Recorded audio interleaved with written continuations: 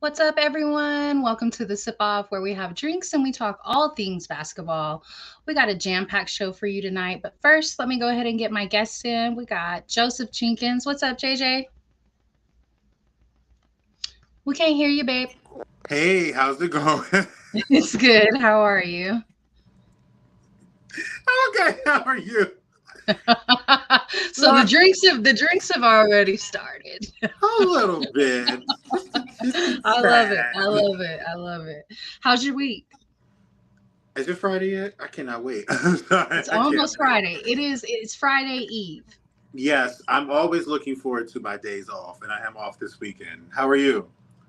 I've kind of had a hectic week. So, everybody knows Kennedy's kind of been struggling with her health for the last few months. She finally gets in a good place, has surgery, goes back to school, and don't you know she catches a stomach bug after a week of going back to school. So, luckily it's not a big deal, but I was like, dang, 1 week into school and you already caught something. That's tough, but she's a strong individual. She's a warrior. You're a warrior.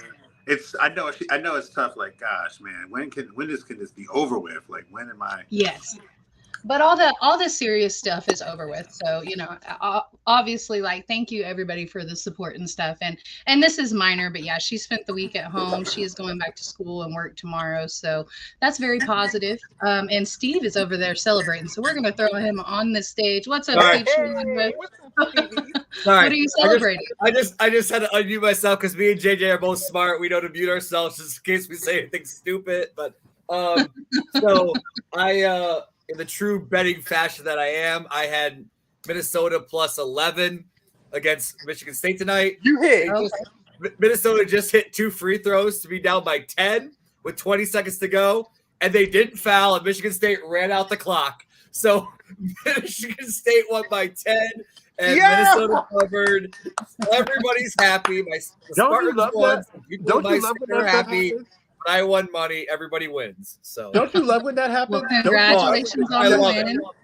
Though I will say, isn't it crazy how close the bettors are in Vegas that set the lines? Like whatever computer system they're using to set these lines or something like.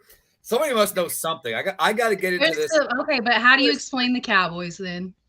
Explain the damn Cowboys. See, Megan, I wasn't gonna say anything. Like, I was gonna be nice. I'll be honest with you. I don't think they influence who wins the game, but I do know they influence spreads. Definitely influence spreads. Right. Because in our Super Bowl, the Ravens had a spread of 3.5 favoring, and you saw how that Super Bowl was going, and then the lights cut out. San Francisco only lost by 3 points. So all that money that everybody went Baltimore, Vegas got it. Well, okay, so speaking of Baltimore, I know we're a basketball show, but I just wanted to say congratulations. Y'all are having a great season. I'm super excited to see what Lamar and crew is going to do. Do y'all play Saturday or Sunday? Sunday? We Saturday at 4:30. We start off the divisional round. Start off the week, yeah. Okay, awesome. Well, congratulations. I know that it was it's been one of those seasons that it was kind of similar to Dak, like he had to prove it, He still does. My guy still does. My guy still has to. Like, he has to win this game. He has to. I'm not sure who that is. Feel free to comment on the feed on my page. Sometimes the feed in the groups doesn't show the name of the Facebook user. I'm not sure why, y'all. I don't know. I'm just be happy sometimes when my computer turns on. I'm really not that technology smart. I'll say this for you, Megan. I'll say this for you. Please, when you're looking for your coach, go to the guy in college and not the guy that just left New England. Oh, no, honey, you didn't hear the announcement? He's keeping McCarthy. That's why I'm on this self-loathing kick over here. He announced yesterday evening that they're keeping McCarthy. Yeah, no. See, that's why y'all be struggling, because Jerry Jones just be tripping. No, you hit the nail on the head, Jerry Jones. Like, I don't even necessarily think, and I know we got the basketball show. I'll end it with this. I don't even necessarily think. I think Dak has his woes, but I think a lot of the attention, the media press that Jerry Jones gives y'all puts unwanted pressure and unwanted attention to your team. If you just shut up and just let this team go, you might actually win something. But he would have to let go of the general managing position. So yeah, which like I mean, again, we're not talking. We're going to talk basketball in a second, but just to JJ's point, that's why, because I heard some people say that too, about maybe Belichick if McCarthy loses. I was like, that would never happen because Belichick would never go there unless he has final say in player development. Well, but I mean, he came out last week and Jerry wouldn't let him do that. So, like. Oh, but you know what he said last week, that he was fine with giving up personnel decisions. I don't. It looked like they were setting the road for that. And I wasn't wanting Bill Belichick. I don't think that fixes Dallas's problem. I was wanting Vrabel, but like you said, I mean, and we'll get to basketball now, but it's never going to change until Jerry gives up that GM position. Period. I mean, hey, you know me, Megan. I'm a Giants fan. I don't want to talk about. What's up, Anthony? I don't want to talk football at all. This man stopped. Jerry Jones. Oh, look, speaking of a Giants fan, the ghost host, yeah, he's definitely a Giants fan. Jerry Jones. Giants are the last NFC East team to win a playoff game. Let's go. Wow, what a stat. No, it's not true. The Eagles beat us last year. That's not true. Oh, okay. I was like, really? Not even true. If Jerry Jones had checked his ego, you might have had 7 rings because Jimmy Johnson would have stayed, and you probably would have won 2 or 3 more.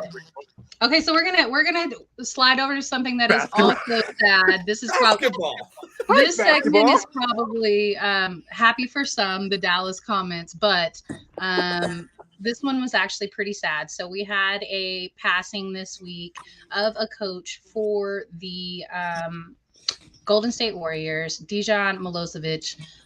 He was from Serbia, or he was born in Utah, but he represented the Serbia team. He played. He also coached. He was one of the coaches for Jokic while he was there when they won in 2015, 2016, I believe it was.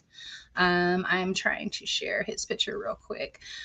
So just sad to see him go. They were at a team meeting, and he's only 46 years. He was only 46 years old. He had a heart attack during the team meeting, and has since passed away. So just our thoughts with the whole team. They did decide to postpone that game. It will be tomorrow. And then we also saw some comments from, I'm looking real quick. There was the coach that is in Toronto made a comment about him and said, the Toronto Raptors head coach, Darko Rajovic, says his team's first play last night in the win versus Miami was one he learned from a Warriors assistant coach, Dejan, who passed away on Wednesday. Darko also dedicated the Raptors win to him, and after and before the game, he told his team how much he loved and appreciated them. The play worked and was led by Gary Trent Jr.'s 3. So, may he, like the comment said, they crushed Miami yesterday. You said they crushed Miami. They had Miami hands yesterday. Mm-hmm. So, just our thoughts with everybody on the Warriors and everybody in his family. Just such a young age to go. All right, so we will slide over to something Can I just really quickly? As you mentioned, 46 years old. He was 6'7", playing in Europe. And Coach Decky was what the players, referred to him as, what he was known as. And actually, Kevon Looney pretty much, because obviously since he was 6'7", it makes sense, right? He worked for the power forwards and the centers for the Warriors. And Kevon Looney kind of credits him for his development as a big man, if you will, in the NBA. And obviously, if you don't remember, 2 NBA finals, Kevon Looney set a series record for having a plus 48 plus minus while he was on the floor. And a lot of that is credit to him. So just in case if you don't recognize the name or don't know, what did he do for basketball, just try to give you, an understanding. And as somebody who watched Kevon Looney play AAU when he was in high school, he definitely was not a big man. He was a super freak athlete. So for him to become kind of a rim protector and and 5-man for the Warriors is a credit to Coach Decky and obviously 46 years old. I'm 41, so I can't even imagine happening in 5 years. So definitely heart attack at a team dinner, private team function. I can't even imagine that. So obviously, prayers with him and his family, and everybody who was close to him. And it was nice of you, Megan, to at least make light, make touch on this topic to start before we talk about more fun things to talk about, but obviously not as serious as someone's life, but much more fun to talk about. Much more fun to talk about the trade deadline and WNBA free agency and all that other stuff. So I just want to say one thing. That age part is a big deal for me. That age is really coming at this because it's like that prayers.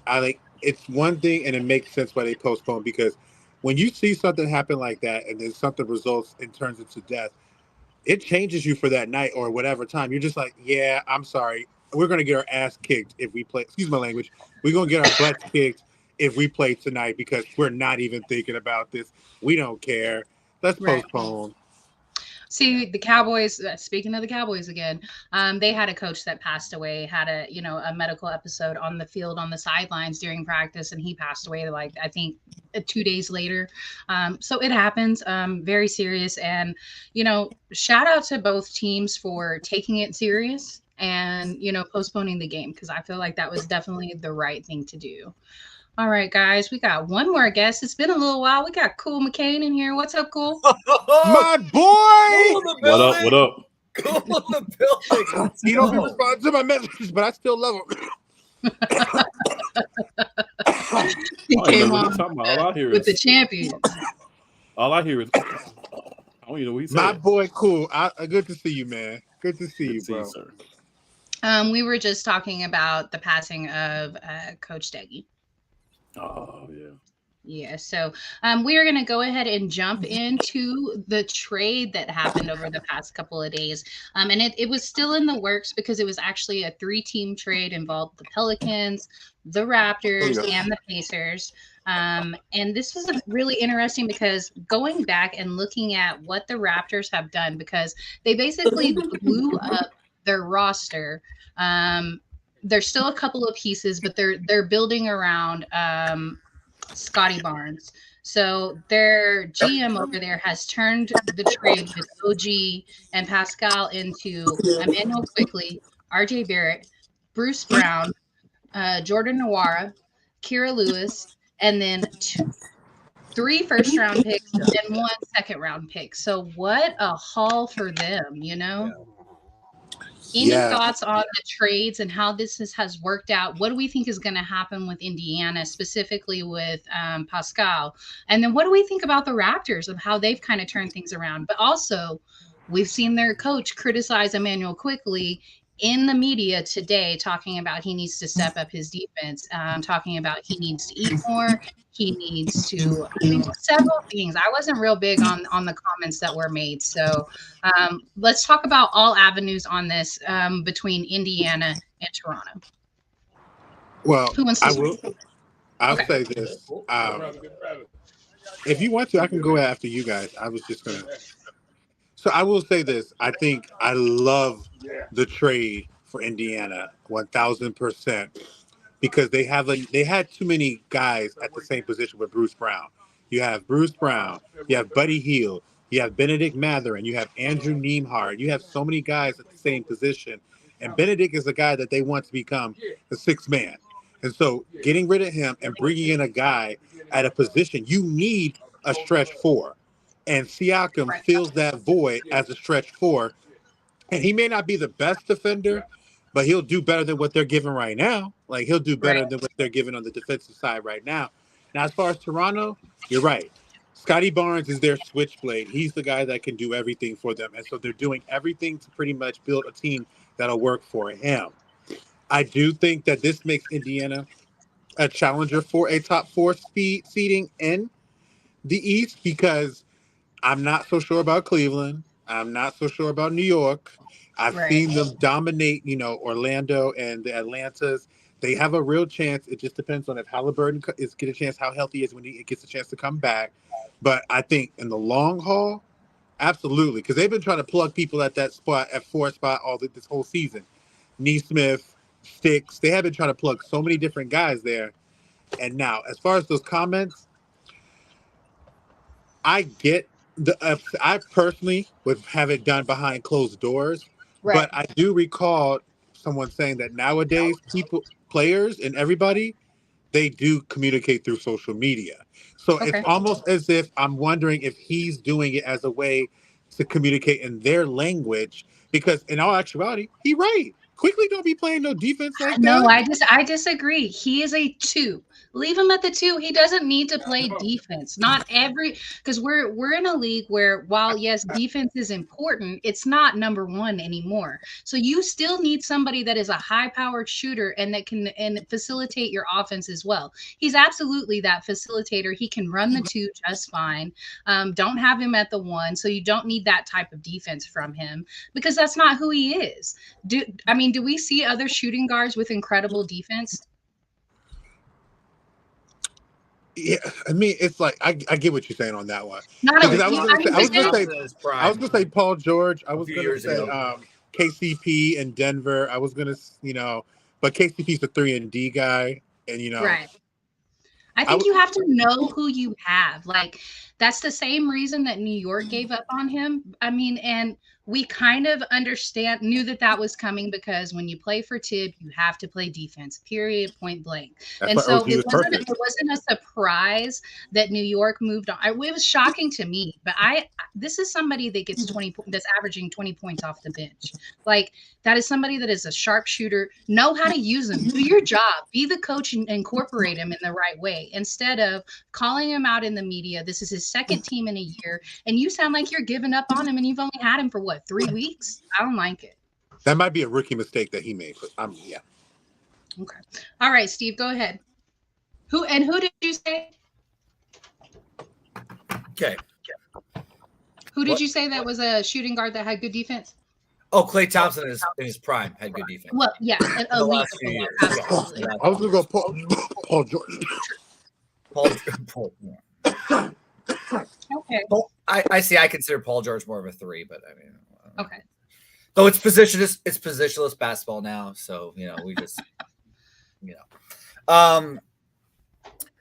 So earlier, I mean like a week ago, I wanted the Warriors to get him very badly. Then when I saw that it cost 2 2024 first rounders and a conditional 26 first rounder, I said, okay, never mind, we're good. Right. So firstly, I think it was a lot, especially because now where I will give you, I applaud Indiana for trying, if you will. I mean, they're 4.5 games back of Golden State. Sorry, talking about the Warriors. 4.5 games back of the Bucks in the division. They're currently in the 7th seed right now. Do I think they're better than maybe 6-5 and maybe even 4? Yeah. Does this make them a top 2 team in the East? No, I don't think it does. No. In fact, I don't even think it makes them a top 3 team in the East. Oh no, that top 3 set. Yeah. So set. So why I applaud them for giving it a shot. I don't think it will technically really help them this year, because you have the Bucks, Celtics, or 76ers coming out of the East. Personally, I think Bucks or 76 or Bucks or Celtics, but it doesn't matter. Now you can lock them up. You can build around a younger core. Can it help you long term? I mean, is there somebody that you're going to get in the draft right now, like next year in 2024, better than him in with those picks? No. So right. For that, I applaud them for giving him a shot. So I guess short term, I don't really think it helps him like get over the hump, if you will, like being a top, Eastern Conference champion, getting to the finals. But long term it may. So, more power to him. And yeah, Toronto just got 2 2024 picks, plus a conditional 26, plus like 7 new players that you just mentioned. And, and they also just won a championship like 3 years ago. So, good for them to retool. And, as Charles Barkley said years ago, if you're not contending, you should be rebuilding. So good for them. True. Cool. Your thoughts on the trade? You muted. We can't hear you, hon. I like the trade for Indiana. I think they decided, hey, we got picks for days, but are we going to get guys that's going to help the core that we have? Probably not. So let's go out. We can afford to take those picks and trade them to get a player. Siakam's a good player. Siakam's a guy that's going to give you effort on the offense and the defensive end. He can score points when you need him to. He's a little bit of everything. He's not. I wouldn't consider him great at anything, but he's a switchblade. He's like a modern day version of like Scottie Pippen, right? He's maybe not quite as good, but that ilk of player, right? And then if you're the Raptors, you're getting Bruce Brown, right? I knew Bruce Brown was not going to stay in Indianapolis. I don't know why they even signed him. The War, and Kira Lewis, plus, like I said, the 2 picks, and then the conditional picks. So you got a nice haul back for him, as well. So both teams come out of this looking pretty good. And then the Pelicans slid in there and got him some cash considerations. Very smart of them to, add themselves to them and get them some cash considerations, especially since they had to pay, Mr. Williamson. Now, how does it affect the East? I don't think this makes them a top 14, right? But I think it makes them the best team outside of the top 4, and one that could, depending on who they're matched up against in a 5-4 matchup, could make that difficult for them. So I think that's where you kind of look at it and say, okay, this is where it makes a difference. It makes them a dangerous, to me, 5 seed against a 4 seed that they could beat. Right. It doesn't make them a 1, 2, or 3 for sure. I think you're going to see New York get it together. And I think New York's going to end up being that 4th team. But I think Cleveland probably going to end up being 6. That's just my thoughts right now. But we also have to think about, we're not done. This is not the last trade that's going to happen. Right, trade deadlines after All-Star, right? Yeah, so we're going to have several other moves that are going to be made. They're going to shake the foundation of the East and the West, because the teams that realize they're not in it, they're going to get rid of some of these guys that they may have signed to help them win, and they're going to move on and try to get picks and different things for them. So I think basically the entire Spurs roster is up for sale except for Vic. I'm gonna let you roll with that. I'm not actually, there was a piece of this trade that we actually thought Pascal was going to end up in Dallas for quite a while, and that looked like a move that was actually going to make a difference for Dallas. Why do we think this fell apart for them? Because with Dallas, they didn't want to give up 3 first-round picks. Oh, okay. I think Dallas feels like they have something there with their team. I think Dallas feels like they have Lively, but they need some help. They need some help right there at the 4. Truthfully, I don't think they had the pieces that would entice Toronto to make the trade with them. Honestly, that's why I think that. Okay, that's interesting. I will say this, like you said, you made a good point on that. Kyle Kuzma, he's up for the trade block coming up. Tyus Jones, they're up for the trade block. We got a Jones brother already, the younger one. We don't need him. If you're looking at Dallas specifically, Kuzma would be a bad spot because they don't need another person who wants to shoot a bunch of shots. But I love Kuz. I've known him since he was like a sophomore in high school. But he could definitely help a contender. But yeah, it's February. What is it? 8th? Yeah, February 8th is the trade deadline. So yeah, we still so have, it's before. It's February 8th, but we still have. I mean, it's the 18th today. So yeah, we still have almost a month. So I think he would help your squad. And Dallas could trade for Draymond. Wait, who Kuz would help whose squad? My squad? No, I think Kuz would fit pretty well with Golden State. He would fit great with Golden State. That's interesting. He shoots it well. He's long enough to be semi-okay in defense when he wants to be.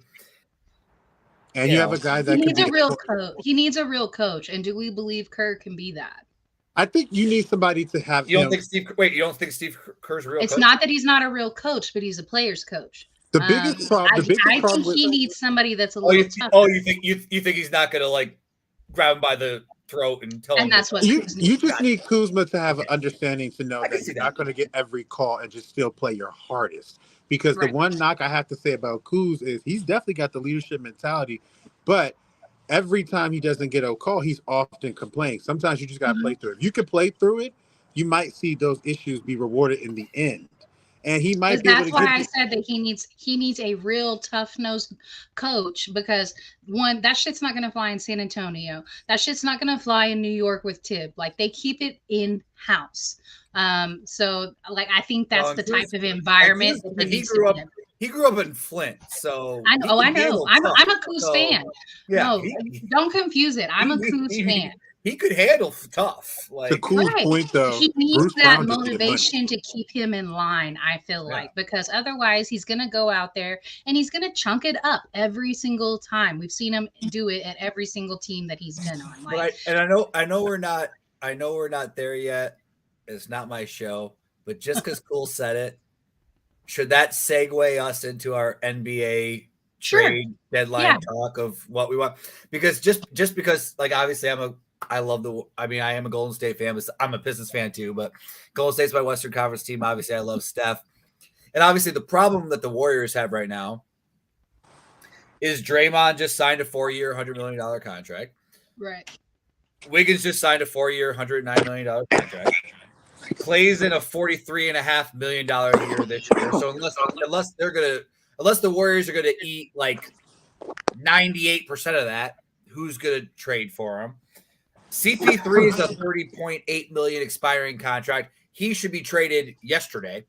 That should definitely happen. The day that they got him, not yesterday. The day that they brought his contract in, it should have been to move it on to get assets. Completely agree with you. 1,000% agree with you. Cool. In fact, I said at the time, I never thought. I don't know. Oh, you're just saying that now. I said at the time, I never thought he was a good fit basketball wise. Because he's a guy that needs the ball in his hands. He's a pick and roll player. And the Warriors thrive by ball movement and player movement and screening. And it wasn't a good fit. And of course, he's not in his prime. He needs to adopt a Derek Fisher type role. Yeah. I mean, no, I hate Derek Fisher. Yeah. I'm just so glad he's finally out of my league. Like, I'm glad he's out of the W. Paul's hurt, but still, like, somebody just come in and play 10 minutes a game and hit some open threes. Like that's what they need more than somebody who wants to dribble the ball 45,000 times a possession. But that's the problem with the Warriors is, and I know there was a comment that Mike Dunleavy Jr., rookie GM, said that basically everybody but Steph is available.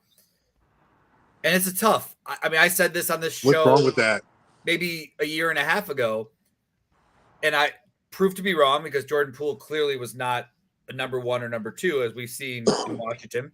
But I really did think, I'll admit it, I thought Poole, Kuminga, Moody, and Wiseman would be the next big 4 in Golden State. Now, obviously, Poole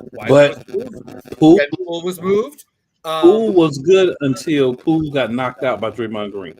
Right. So I think he could have been the future. It was his confidence that was affected. And then he's over in Washington. It's not a dig at your team, Joseph, but your coach doesn't have control of anything going on over there. So girl, I think he Jordan's is trash. like He is trash. to be in a position where, one, his coach supports him and also puts him in his place. But I have to be honest with you, knowing how things have played out. Let's just send Poole to Denver for smoking a pancake. But I have to say, be better. You mentioned the punch with Draymond Green. I have to say he's starting to look like he's not wrong. Like, he's starting to look like that he's not wrong with what he was really saying. Because if it was about they're paying you and they really should be paying somebody like me more, Draymond has kind of been a plague for you guys since that moment. And it's like, yes, Jordan is struggling here, and don't get me wrong, West is the worst coach in the world. West needs to go. But I have to say, I am starting to see differences in his game with us. And enough, it's not anything that I say it's like to take home for, but it's better than what I was getting in the beginning of the year. Let's be honest. You're not going to get no defense from him. You never will. He does not like defense. He don't care about defense. You know how many times you could beat him around the block because he don't pay no attention. But he does get steals. He does know how to pluck people, and he can hit shots. But it's just he needs to be on a team like Denver where he can fit in a perfect space and still be able to be with somebody that, I'm going to tell you one thing, though. If you're not going to play defense, you're not going to be a star in the NBA. You don't have to play defense all the time, but you have to be willing to get after it when needed on the defense side. I think he would do that with you guys because I think he does genuinely care about winning. Be honest with you, West can't coach for shit. I mean, West again, Jordan. I mean, I watched him play at Michigan. Like Jordan Poole's, he's not terrible. Nobody in the NBA is terrible, right? He can do a lot of good things, but he's not, that guy, right? Like, so not at all. So like if you bring him in and think that he's going to get you, like I know I heard some people like, oh, I thought he was going to go to Washington and have, an average 28 and 6. I'm like, no, he's not that guy. Like, again, like NBA GMs and coaches and player evaluation people, they make mistakes, right? But not that bad, right? Like if you're a 30-8 guy, someone's going to figure it out, right? Like, and he got points because he was the fourth option in Golden State, so he wasn't worried about from opposing teams.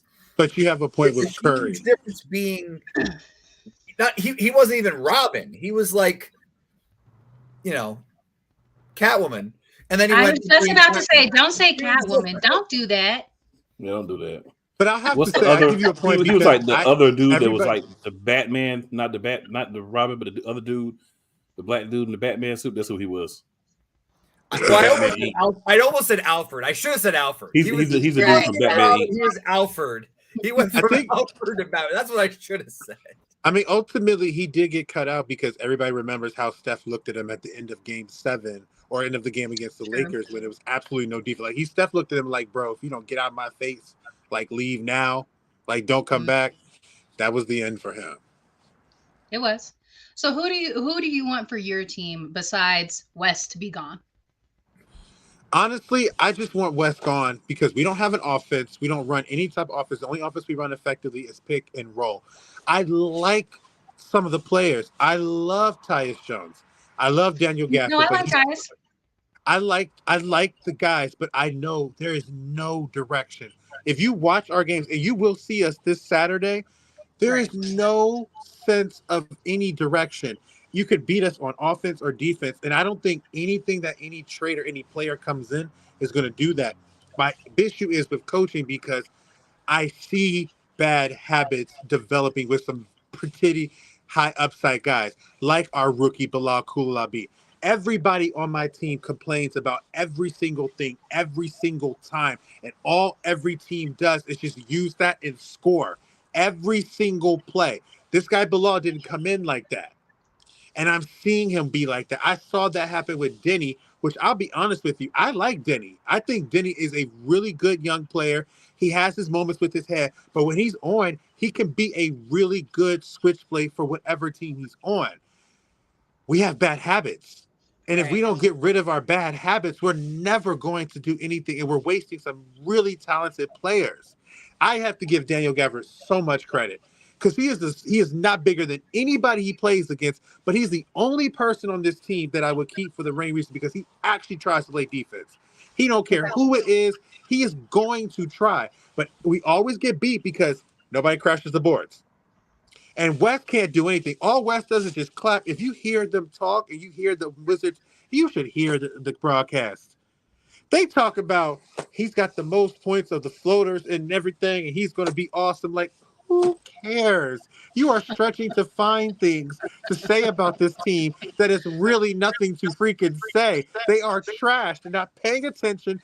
Nobody cares about any of this stuff. Like Jason Garrett, he's the Jason Garrett of the NFL. And when at the beginning of every third quarter, second half, they always interview an assistant coach with the Ravens. I mean, with the see, I'm thinking about them because that's all I'm focused on right now. But they're thinking about the Wizards. I don't blame you. I don't blame you. You don't have no energy. And I firmly believe if I don't get any energy, I know they're not getting energy. I know they're not getting it. And it's like, you got to let them go. You need to let somebody come in and literally light a fire under these guys. Otherwise, you're going to really waste some really good talent. You're just going to waste it. So there's nobody I want because nothing's going to change. Okay. I think I can speak for Megan when I say we'd like to focus on basketball on the show. Go ahead, Cool. Talk to us about Denver. Is there any changes that you feel like y'all would make before the trade deadline? We may bring in a veteran or two for the bench. But I like the way Watson's playing. You know, Brown's always off the bench. Him and Reggie are off the bench first most of the time. So I like a lot of what we have. A little depth wouldn't hurt because we have times where, you know, guys are out. So having a versatile guy or two, right? Because really to replace all the versatility we have with Bruce Brown, probably want to bring in somebody that can play the wing and another guy that can play the 4 or 5, just to have some versatility, but not any specific guys. But it wouldn't hurt to have some depth of guys that can come in and play when, you know, they're needed. Okay. I feel like my situation in San Antonio is very similar to Washington. I think we have our one piece that we want to build around. I mean, obviously Wemby, you know, but I'm still a Devin Vassell fan. I liked him when he was at FSU. I think that if COVID wouldn't have happened, that FSU had a really serious chance at winning the Natty that year. He's somebody that I feel like in the off season, he definitely worked on his physique. He worked on his skills. He took it very serious about coming in and trying to play well. Injuries have kind of been an issue over the last couple of years. So if he can stay healthy, he's a piece that I want to keep. Yeah. Basically everybody else can get the kick. Trey Jones, though, I think. I like Trey, but if you're gonna have as a Trey, backup. Right. We need a real guard. That's the thing. We need a real facilitator. And I know there was some interest in possibly getting DeJounte back. I think he would be an awesome fit back with us, but I don't know that the appeal for him is there to come back. So, you know, I don't know if that was one-sided, just us hoping that we could get him back. But then there's also been some news that maybe Trey wants to come over here. So, or we're interested in Trey. I don't know how much anybody else is really interested in coming to San Antonio. For me, I feel like San Antonio, y'all know how it goes. Small markets, Detroit, Washington. It's one of those. Denver was a small market for a long time. Now it's kind of come open. With having Jokic, they definitely have the appeal of being able to pull a free agent if they need to. I don't see free agents coming to San Antonio. I disagree. Or you could be like Wemby, or you could be like Detroit. Wemby is going to bring people, because not only is he developing an offense, his defense is definitely something that is going to make people be like, yeah. I honestly think, and like you said, you mentioned Denver, Jokic, Wemby, Euro guy, really going to come in. I honestly think Wemby is going to have, as teams play them and play you guys and see him up close and see how he plays, I think that is going to increase the appeal of guys to come over to you guys. Honestly, as far as Cool, I want to ask you this, Cool, because I'm very curious about this, because I watched the whole season. Are y'all just coasting right now? What'd you say, Joseph? Now I was saying, are y'all just coasting right now in terms of Denver? Well, we just got Murray back. You know, he missed like 14 games. Okay. So that's an important piece. He was out hurt. For sure. So you're getting him back acclimated to the team. You're getting his basketball legs back under him.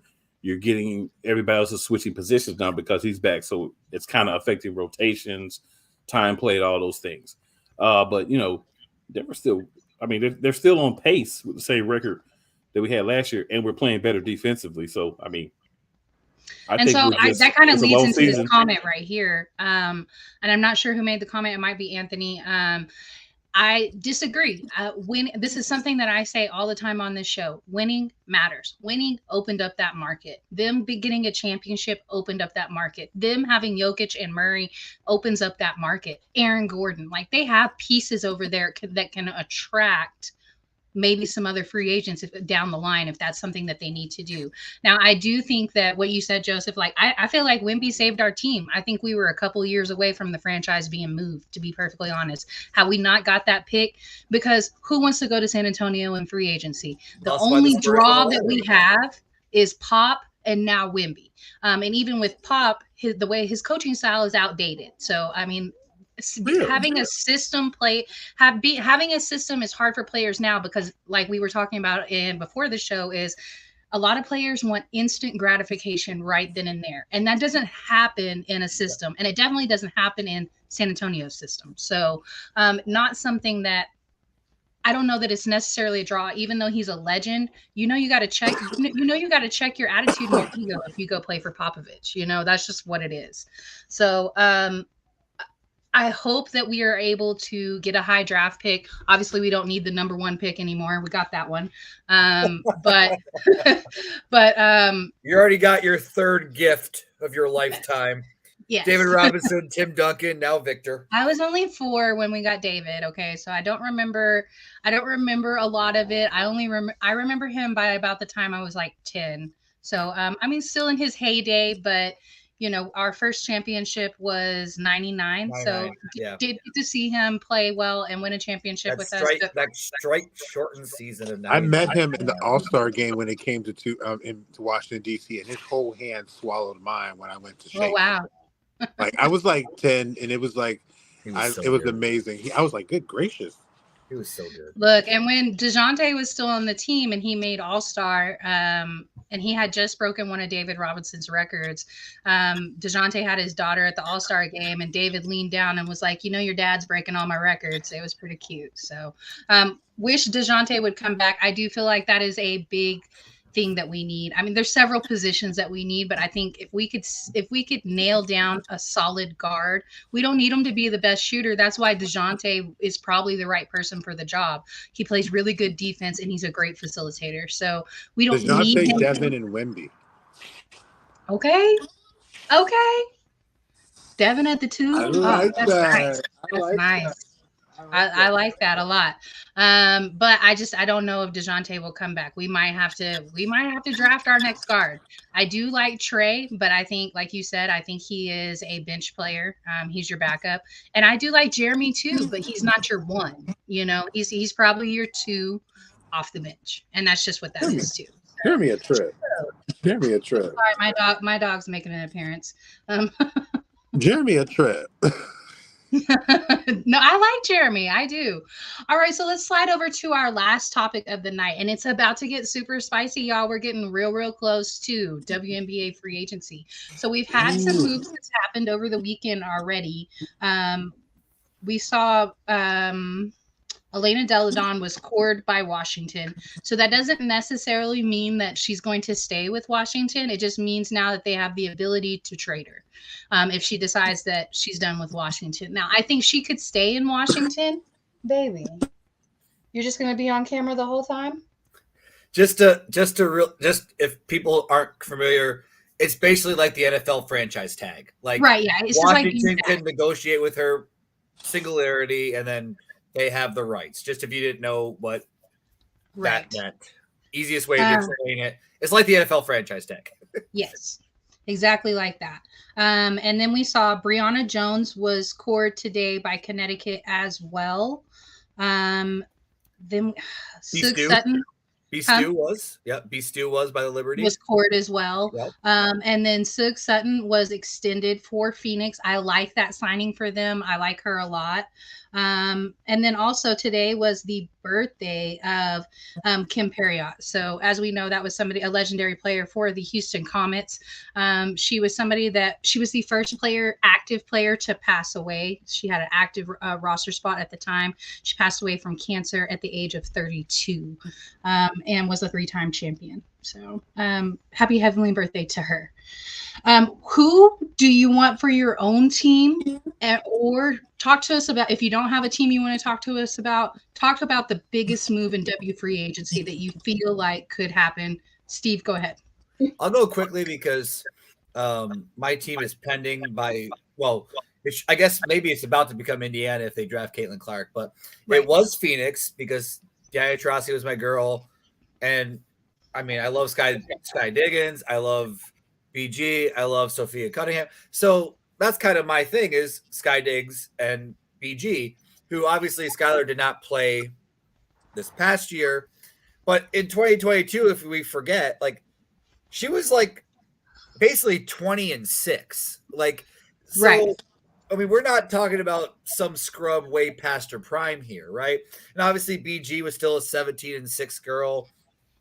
Diana, who obviously DT's obviously she's not in her prime anymore, but she was still a 16-5, player. Right. I 40, mean, right? in year 19, she's still averaging 16 points. Yeah. So I really feel, and you could say he said, she said of whose fault it was, whatever. How Phoenix did somehow figure it out, because to me, you got Diggins, DT, BG, Cunningham shooting. Like, how is that team? How does that team has a 3rd overall pick right now? Right, like figure it out to be at least semi decent. Now, of course, them with the 3rd overall pick right now, in a lot of mock drafts, that would give them Paige buckets, and you give DT a year or two before she retires because she seems to say she doesn't want to retire yet. So you let her just help Paige along, and maybe you're going to be at least serviceable. But I'm assuming, obviously, Skylar's not re-signing with Phoenix. Obviously, we know that. So looking to see where she goes. Griner, I guess I wouldn't rule it out, but I think she's probably going to go elsewhere. So I'm really more concerned about those two, Skylar and Brittany Griner, where they go. And it's the 21st, actually, so in a couple days. It's the 18th day. So on the 21st, teams can start talking to people, and then on February 1st, they can start signing. So we are very close. So very excited about that. And we've also heard in the past week and a half, and this is per Skylar, because Skylar gonna speak on it. She said that Indiana is not interested in her, so clearly they feel like they are gonna draft their next guard, whoever they decide to go with, whether it be Paige or Caitlin. Number one, we all know who it's gonna be. Could be Caitlin. Well, there was a mock draft that came out today that had Cam at number 1, which I don't see that happening. I do feel like it will be Caitlin. But I will say I'm a huge Cameron Brink fan.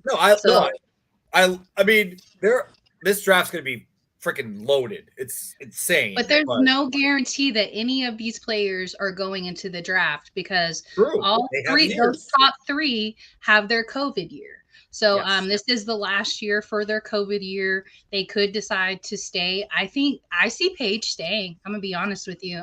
She made a comment last week talking about what it's like to play there in UConn and player development. And I don't know. There was just a tone in the comment, and it just kind of felt like maybe Paige stays. I think with Caitlin, just because of NIL, they can, right? I think Caitlin can still make money. I think it depends on what happens. I think it depends on what happens with Aya with Caitlin, because I think if they win, she'll go. But if they don't, she'll stay, because I know she definitely wants to win.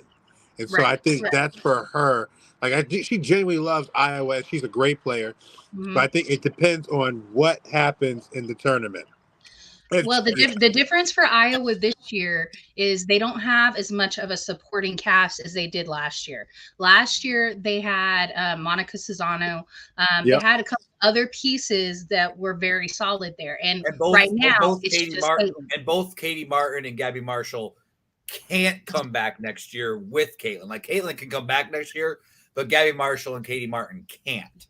So then she would have even a younger team next year if she did come back. Well, and I agree with this comment, because you're probably going to take. That's where I was going to go. It's not an actual pay cut, because NIL deals don't just stop once you're out of college. A lot of times they're going to keep you on even after you go into the league. So, but the money you make from the league specifically, your paycheck from the W, is not going to equal what you're making in NIL deals most likely. Now, so it may or may not be a pay cut, but I do think you should maximize. And then also, we talk about this a lot. It's different for the WNBA and for women in NCAA, because the draft age is different than guys. You can't one and done in women's basketball. So we see a higher graduation rate, and I think that is something that is important in women's basketball, because we see a lot that are actual graduates. Now, I think we see Cam go ahead and go into the draft as well. I'm very interested to see where Rakia Jackson goes. I've seen several mocks looking like she might come to Dallas. Dallas has the number 5 pick. I would love to see us now, while we've got Arike running the 1, I do think that she would be kind of cool off the ball. Put her at the 2 and have somebody that's more, and just have her shooting and have somebody else that's more facilitating the ball. I think that could be interesting. We still have center drama there in Dallas. Are you going to stick with Big T? Are you going to let Kalani go? Kalani Brown is listed as one of the top 15 free agents. I would prefer to go with Kalani, just her style of play and her coachability.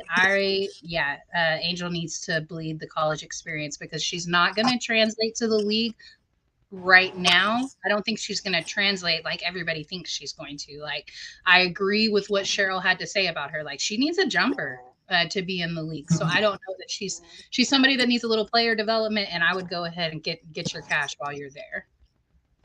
Oh, somebody said mute JJ. Okay. Cool. We need a center.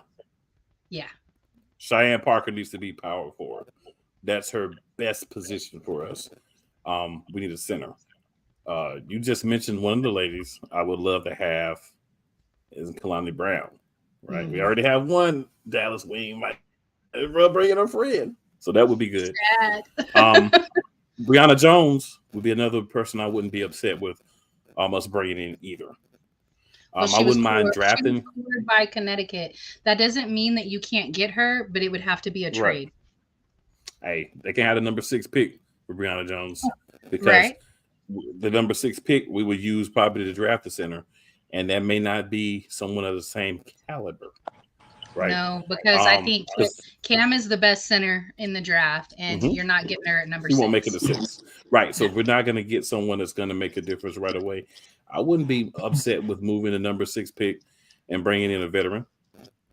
I don't know why somebody's over there in the chat talking about a Sparks fan. It's Anthony. No, he is not. I don't know what he's been spoken on, but that must be some good stuff.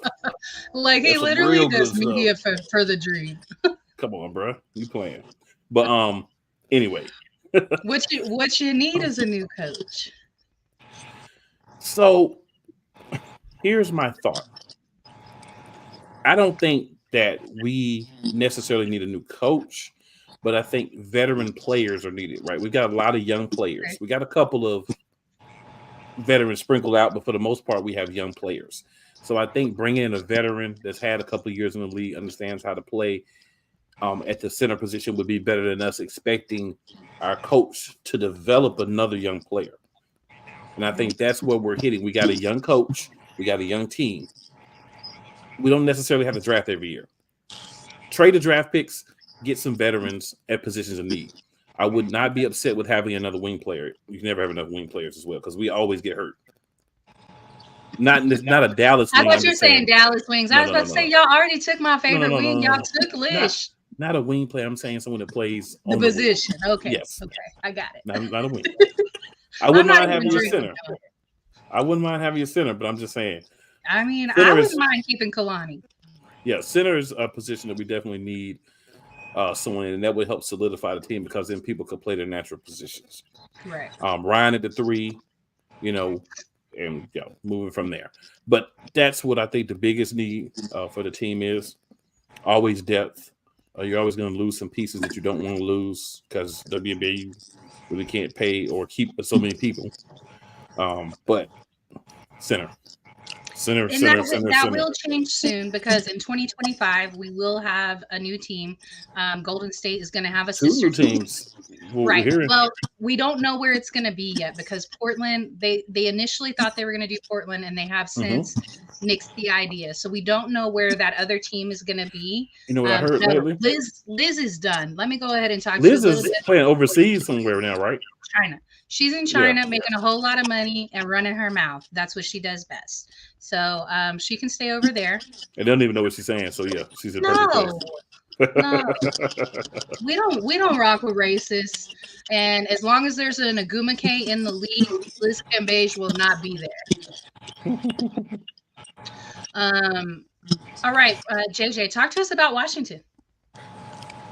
So I would love for Elena Delle Donne to stay with us, but I know that she's at the end of her career. And by all means, if you can go to New York or Las Vegas Aces, go for it because you are that type of player. You've put the work in. You've done what you did. If she's to leave, I really would hope we can look at either Skylar or Aneka Agumake. Preferably Aneka, though, just because I like what Nakasha Cloud brings to my offense and brings to my team. Right. I think if you're replacing Deladon, we need to have somebody fulfill that same spot, and Aneka can fulfill that. She plays defense. She definitely is a great scorer, and she can rebound well. And that is pretty much the makeup of what my team wants to be.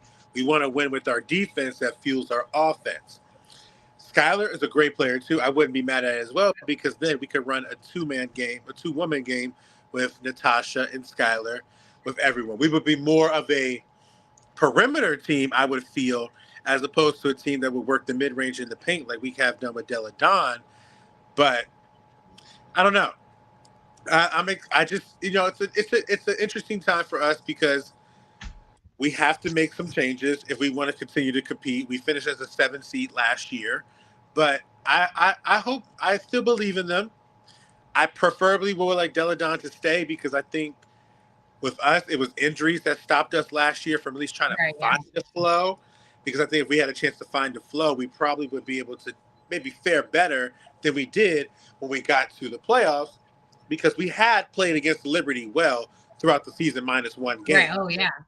So it's not as if that this team had not the ability when they're at full strength. But, we'll just have to see. Y'all got hit with the injuries hard. So Della Dawn has the high ankle sprain. Shakira hurts her hip. And then Ariel, she had a high ankle sprain as well. And so as short as the season is, even though it was 40 games, that was like a 6 to 8 week injuries. And Shakira's was longer than that. Now, she has been playing overseas. She is healthy.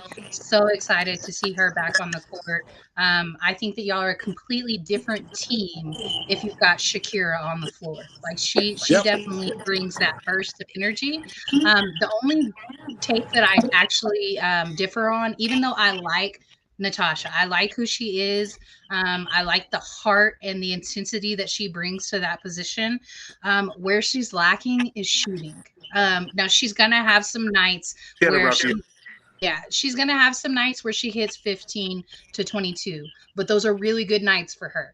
Whether we saw her under double digits quite a lot this past season, whereas you throw somebody like Skylar in there and she's going to bring that defense and that intensity that Natasha has, but she's also going to be the third best shooter in the league. Like, I mean, that makes up for that. So what I've been saying for a while now is I want to see Della Dawn and Skylar together. Now, I don't know if y'all got the money to make it happen, but I would love to see them together. And for that to happen, I think you got to let Natasha go. Now, I would love for you to be able to keep her and have Natasha coming off the bench. It gives Ginobili vibes to me. Like, if you're that, the only place that I see Skylar coming off of the bench is Vegas. Because Chelsea Gray, she's earned that starting position. I don't think you go, but every other place, I feel like Skylar's the starting guard. Skylar could come play with Alicia. Team. I think you. Skylar could come play with Alicia Gray in the in our backcourt. I wouldn't be mad at all. That's an interesting matchup too. I feel like Skylar could bring in a lot of veteran leadership that they need, but it would. Ryan would have to have it in her mind that it's probably going to be Skylar's team until she goes. Ryan only show up sometime. I love me some Ryan Howard, but she only show up sometimes. She don't show up every game. So when she don't show up, Skylar can pick up the slack, which would be at least 1/4 of every game. The problem with Vegas, Anthony, is she would have to come off the bench. There's no situation where I say you put Chelsea Gray on the bench. It has to be Skylar. And I don't know that she's got an ego. You know what I mean? And it just is what it is. Now, don't get me wrong. She's talented and she's earned the right to have that ego. But I don't know that she gives up that starting position because anywhere else, she's that starting guard. Get her to New York. Can you imagine her in New York? Vegas is the last team that needs Skylar. Well, here's the thing. They have cap room. Isn't that crazy? They have room for somebody. So they need to be investigated. They need to be investigated. They need to be investigated. They cooking the books over there. the thing that happened was Raquana. So they have room right there. Blame Raquana Williams for being a shitty human being. I'm just saying. All right, guys. Well, that does it for us tonight. Really enjoyed the show. I thought it was really great. Thanks for coming through. Cool. We've missed you. Anthony, thank you so much for being in the comments. We've missed you as well. That's our walk-off shot right there. Blame her for being a shitty human being. We're out. She is. Yeah. See ya. See you next week. I agree. Anthony, that comment, Westbrook is so great coming off the bench. It's that time in his career, and he makes a huge impact coming off the bench. However, I don't see Skylar being that person. Yeah.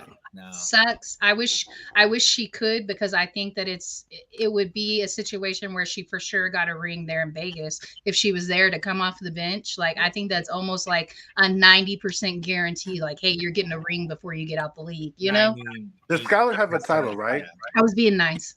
Does Skylar have a title? If all she wanted was a ring, yeah, then she go to Vegas. But my question for you: Skylar has a title. She doesn't have a title. Mm-mm.